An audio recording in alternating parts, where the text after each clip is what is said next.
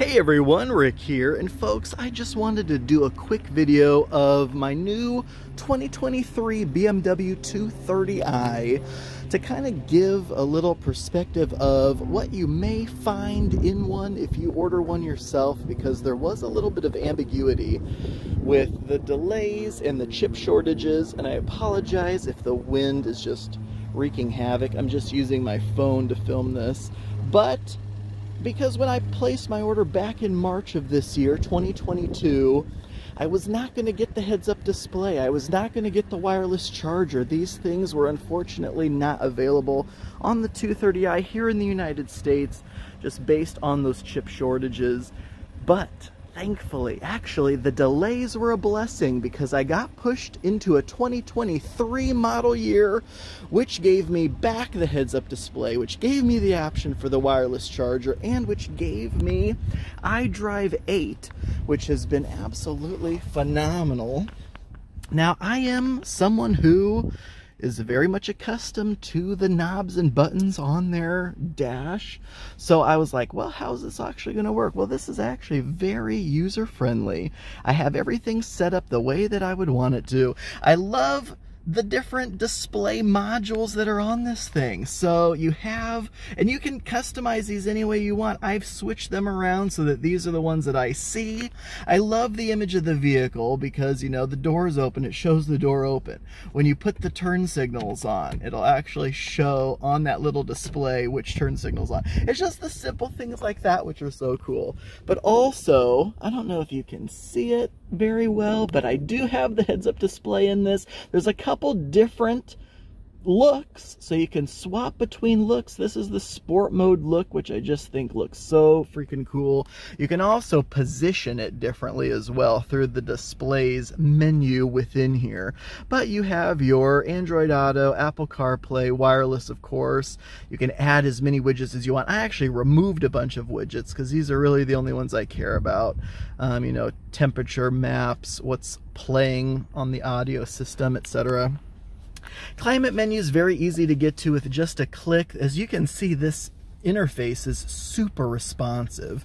All digital display cluster, and again, depending on what mode you're in. So for example, right now we're in comfort mode. This is what it looks like. I'm going to go into sport mode, and it'll switch it up a bit. And you have a very cool screen whenever you switch it as well. You can go into Sport, Sport Plus, Sport Individual, and customize that yourself. But that's just the way I like it there. Again, just all the different modes have different looks. So here's Eco Pro mode. You could maybe hear the engine a little bit also shift when you go into Eco mode. But, and then back to this comfort mode, and I love that look again. And you can see you can set it up however through the app. So like there's my little profile picture. When I turn it off, it'll say goodbye Rick and have my picture on there. So it's just these little things that I think are so freaking cool. I know I'm kind of a nerd that way, but now we have no longer a shifter. It's this little nub. It's actually kind of satisfying to put it in drive and use your fingers and just, you know, crank it all the way back into drive. It's actually kind of neat. I can't remember what it was called, tetragon thing, pattern is actually kind of nice. I chose that over the gloss black to avoid fingerprints.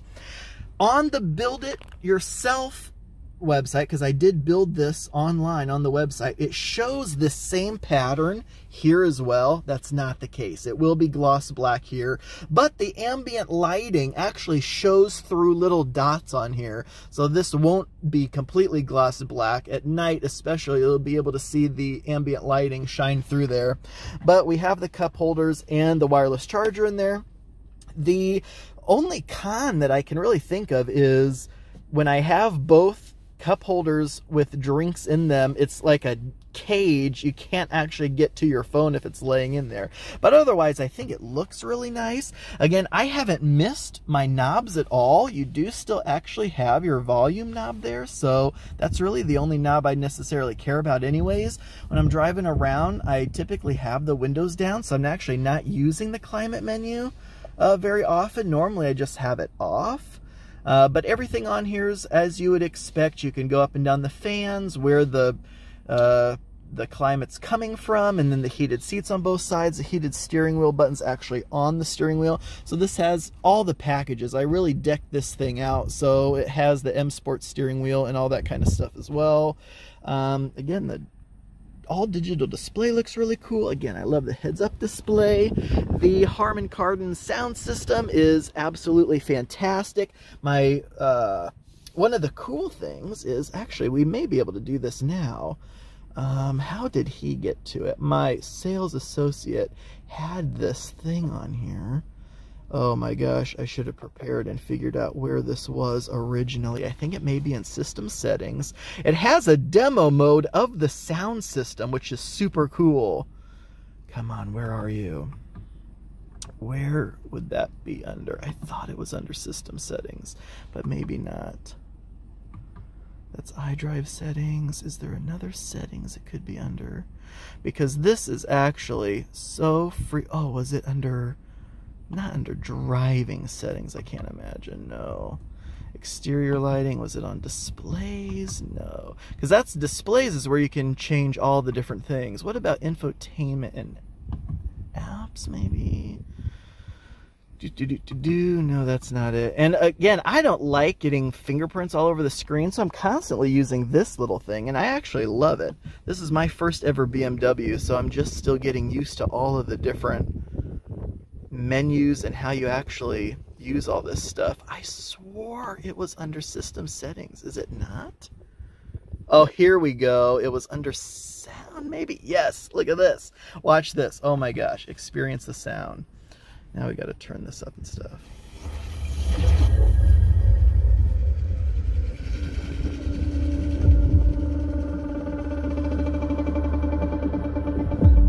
And I don't know how well this is actually coming through my phone.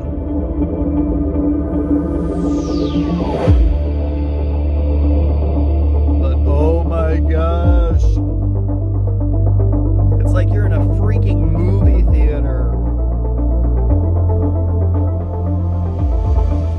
The sound just totally engulfs you in this thing, and especially at night with all the ambient lighting. That was something else I was worried that was going to be cut extensively, especially from the doors. But no, the ambient lighting is still in the doors. There are so many different options for your ambient lighting.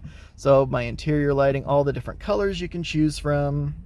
Yeah, I'm absolutely in love with this thing. All right, so that was a lot of the interior. What else?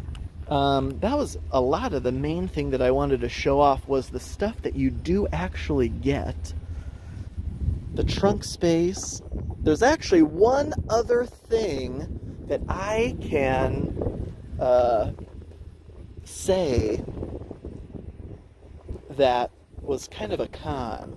And that's actually the one thing that because look at this, all this trunk space. I know I'm going all over the place. I don't know how well you can see with all that glare, but there is so much freaking room in here in the trunk.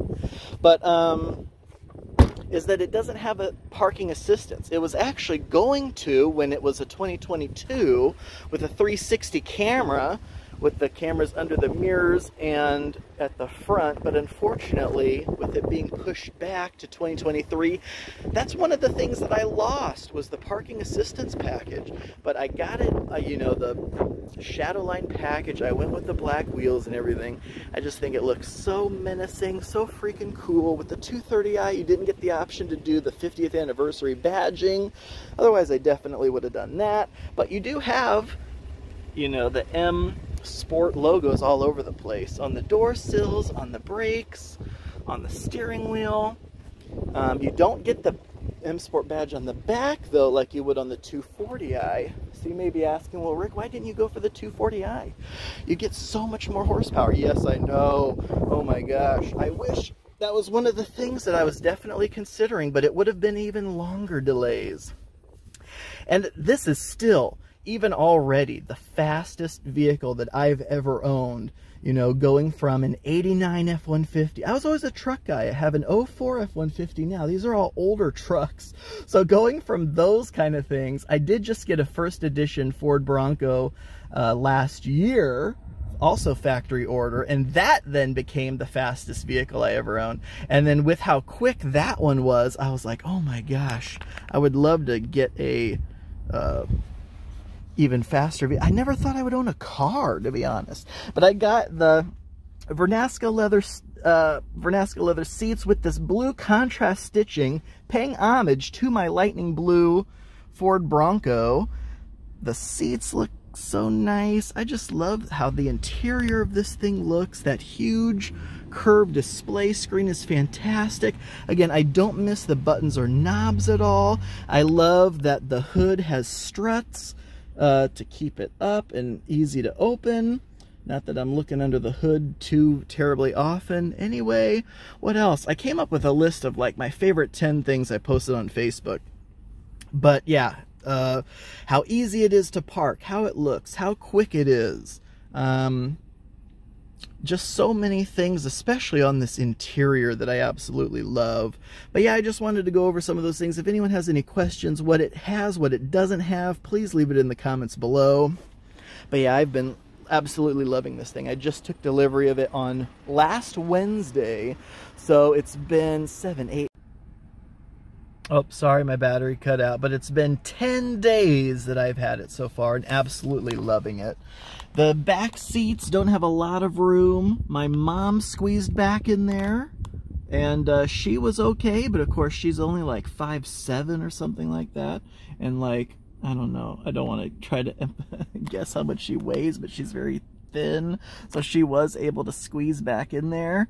It is cool though that there is digital climate control back there, which is pretty nifty for such, you know, small passenger room back there. But anyway, I could just go on and on. But again, if anyone has any questions about what is included, is not included, just ask. I love that even the shade is just motorized, one-click motorized, which is very cool. I did go with the moonroof because I just really wanted that as well. But anyway, again, folks, thank you all so much for watching. I do truly appreciate it. And until next time.